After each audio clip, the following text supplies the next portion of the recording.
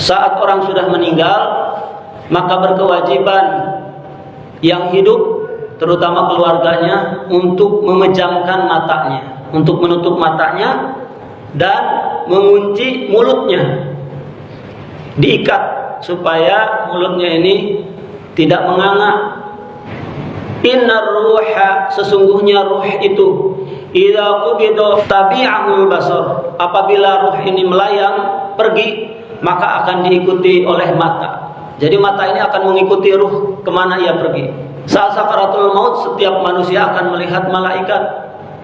Sejauh mata memandangnya, kemudian ia mendekat sampai malaikat itu duduk di atas kepalanya.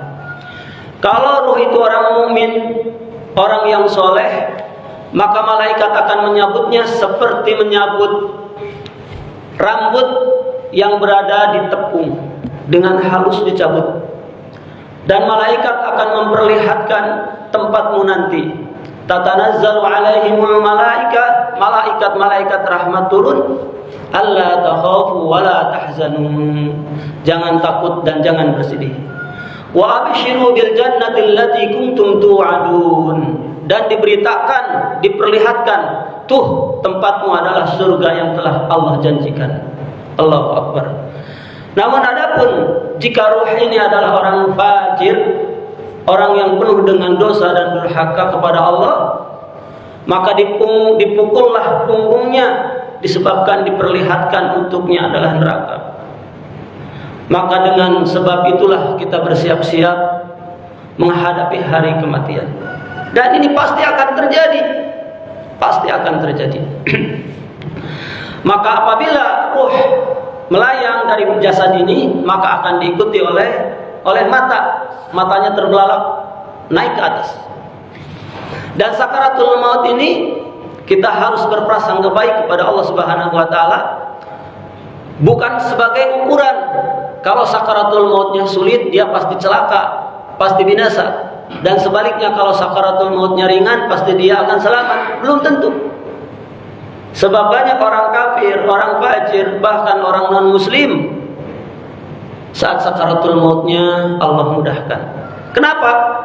Karena kebaikan-kebaikan yang waktu dia kerjakan, mungkin menolong orang, mungkin berakhlak baik, Allah tidak akan terima dan tidak akan melihatnya nanti di akhirat, sehingga dibayar tunai waktu di dunia. Adapun orang mukmin, orang muslim, orang yang melakukan amal-amal soleh, saat sakaratul maut mungkin ia berat karena ia memiliki dosa-dosa, sehingga Allah ingin membersihkannya. Dan kemarin sudah dibahas bahwa sakit ini adalah temannya daripada kematian.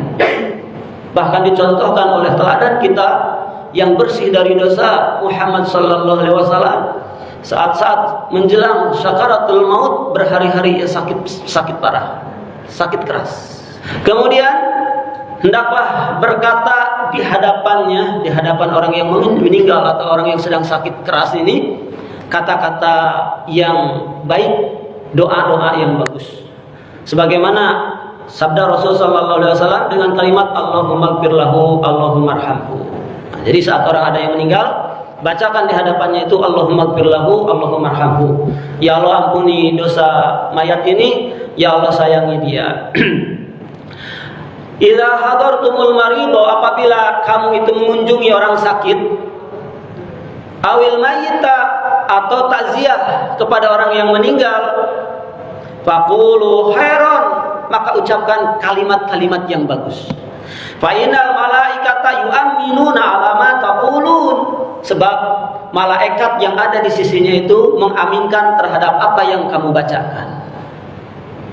Jadi kalau kita mengatakan sesuatu yang baik, diaminkan oleh malaikat yang ada di sisinya. Ini hadis riwayat Imam Muslim. Dan Rasul sallallahu alaihi wasallam melakukan hal ini kepada Abu Salamah. Jadi Abu Salamah saat meninggal, matanya terbelalak. Kemudian Rasul sallallahu alaihi wasallam memejamkannya dan mengatupkan mulutnya. Kalau di masyarakat kita diikat ya, diikat supaya tidak terbuka mulutnya.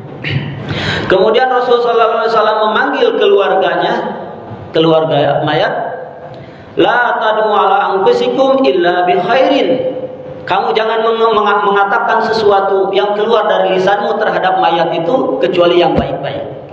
Jadi dosanya berlipat-lipat. Itu orang, kalau orang ini sudah meninggal, kemudian diucapkan kalimat-kalimat buruk. Kecuali kalau memang dia ini tokoh kemaksiatan. Sebagaimana Fir'aun selalu diucapkan di dalam Al-Quran dengan kata-kata laknat. Adapun orang selain dari itu, maka kesalahan-kesalahannya hendaknya tidak diumbar. Fainal malaikata yu'minuna ala ma taqulun, karena sesungguhnya malaikat-malaikat yang ada di sisinya akan mengaminkan terhadap apa yang kamu ucapkan. Pelajaran yang kedua, apa yang harus dilakukan saat dia sudah meninggal? Yang pertama, al-i'lan an wafatihi, hendaknya mengumumkan tentang kematiannya. Yastahabu an tu'lana wafatul muslim fi aqribaihi, sangat dianjurkan untuk mengumumkan kematian terhadap kerabat-kerabatnya, wa asdiqaihi wasolihina, dan kepada kerabat-kerabat yang dekat serta saudara-saudara, teman-teman yang soleh, min ahlil balad, kepada orang yang ada di sekitar kampung itu. Tujuannya apa? Liyahduru janazatuhu, agar supaya dia itu takziah, hadir mengunjungi jenazah orang tersebut. Faqad na'a Rasulullah sallallahu alaihi wasallam an-Najasyiyya, sungguh Rasul sallallahu alaihi wasallam pernah mengumumkan siapa? An-Najasyiyya, yaitu seorang Najasyi saat dia meninggal. Lamma mata bis sahih, saat ia meninggal sebagaimana terdapat di dalam hadis yang sahih. Kama na'a Zaidan wa Ja'far, sebagaimana Rasul telah mengumumkan kematian Zaid dan Ja'far.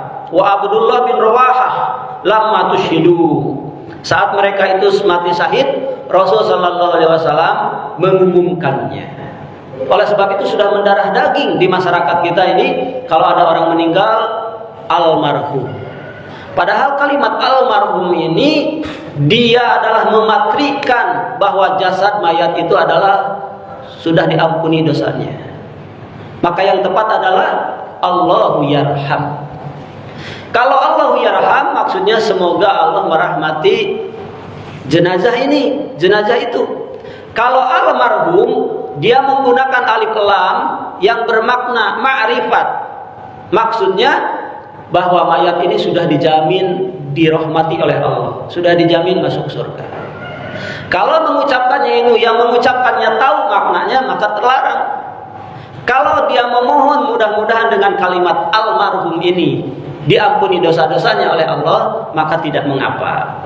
Dan yang paling terlarang ini adalah masalah akidah, mengucapkannya kepada non-muslim. Telah meninggal bulan bin puluhan, agamanya Kristen, agamanya Hindu, agamanya ini, dia ini adalah almarhum. Bagaimana almarhum? Padahal hanya Islam saja yang akan diterima di sisi Allah Subhanahu wa ta'ala. Sebaiknya kalau kepada orang yang sudah meninggal kita sebut rahimahullah, semoga Allah merahmatinya. Allahu yarhamuh, semoga Allah merahmatinya. Yang kedua, tahrimun nihayah, diharamkan untuk meratap nihayah. Wa jawazul buka, dan kalau ada keluarga yang meninggal boleh kita menangis, atau ada teman, atau ada kerabat, atau istri, atau suami, atau anak, boleh menangis, tapi tidak boleh nihayah. Yahrumun nauhu was-sarrahu 'alal mayit, haram hukumnya sepakat ulama untuk meratap kepada mayit serta meraung-raung. Liqauli sallallahu alaihi wasallam, sebab Rasul sallallahu alaihi wasallam bersabda, innal mayyita, sesungguhnya mayit itu la yu'adzibu bi bukai hayyin, dia akan diseksa disebabkan ditangisi oleh orang-orang yang hidup.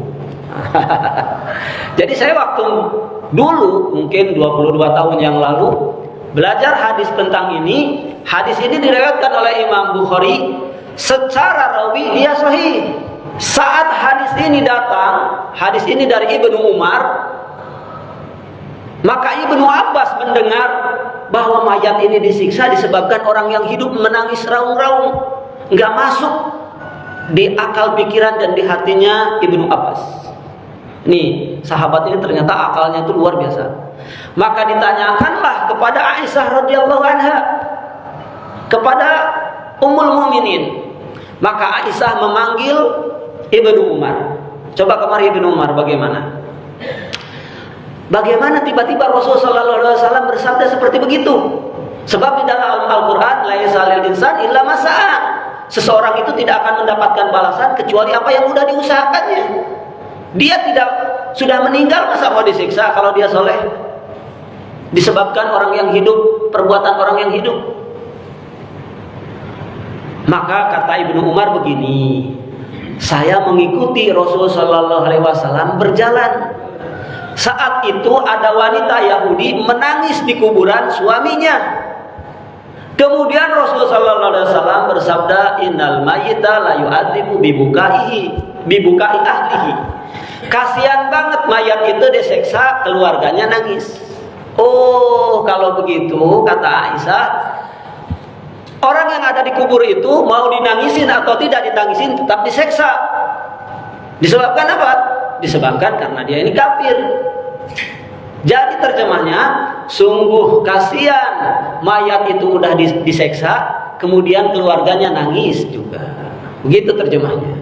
Maka kata Aisyah radhiyallahu anha, saya tidak melihat Ibnu Umar ini salah, tetapi telinganya lah yang salah. Telinganya maksudnya berarti cara menerjemahkan dan menafsirkannya itu yang keliru.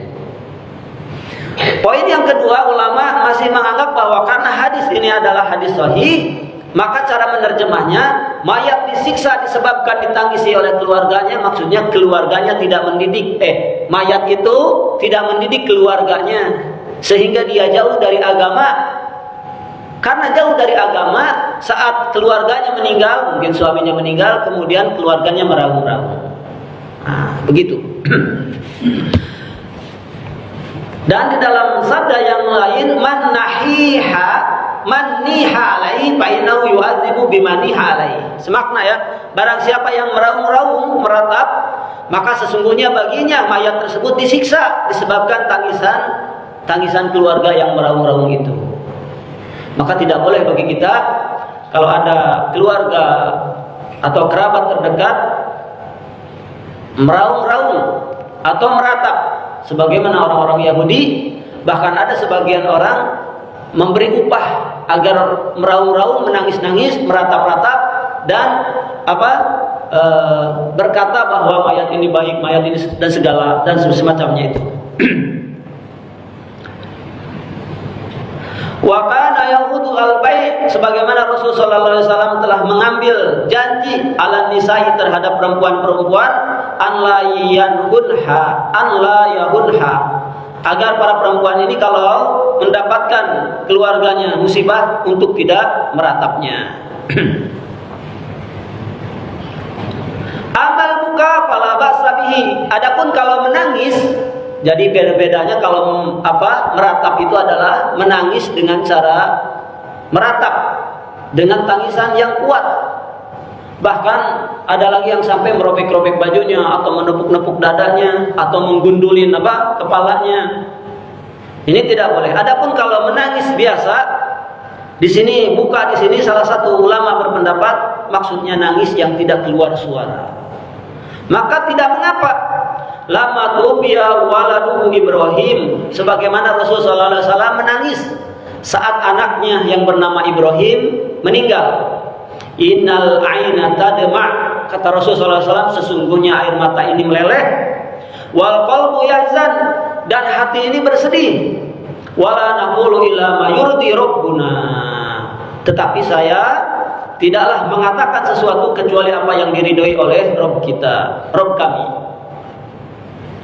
Wa inna bi firaqika ya Ibrahim lamahzunun, dan sesungguhnya aku wahai Ibrahim berpisah denganmu amat sangat sedih.